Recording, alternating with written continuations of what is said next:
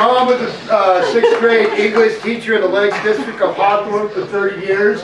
So that meant when I decided to write a book of poetry, I asked her to edit it for me. And she basically, which meant correcting a lot of spelling. And so she would read these poems, I'd send the poems to her, and she would send them back to me. And finally, I send her all these poems about the people in my life, and she's like, "Where's my poem? Where's my poem? You don't have a poem." And she didn't know that I had a special treat for her. I saved to the last, and this is the last poem I wrote for my book, which I do have, and it is for sale for whatever you have after the feature. But this is Dear Editor. Dear Editor, I sent you something today that I want you to look at, but it's not a piece of fiction.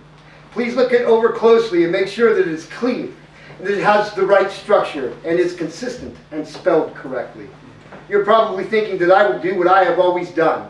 I will ask for your advice, and when you give it, I will say, "Thank you," and ignore it. But you don't know I have always followed your advice. Sometimes it just takes a little while for it to sink in. Well,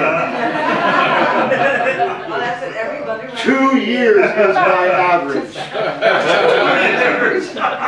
Sometimes you just have to repeat it a few times before I understand the severity of it. There are some things that you've been telling me for 20 years that just now started making sense. Dear editor, please let me know if I'm being pretentious, contrite, or self-serving, if I've strayed off the point, if I've kept it safe or gone too far, if I've mixed my cliches or blended my metaphors. Dear editor, please let me know if the fact that I put fire references in all my poetry disturbs you, or if it is comforting to know that I'm just writing about it now.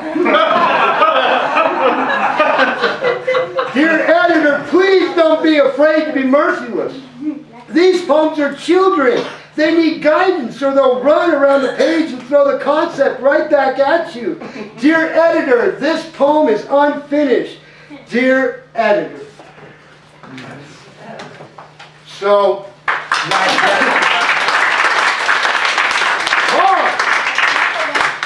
Mom, imagine the patience on her.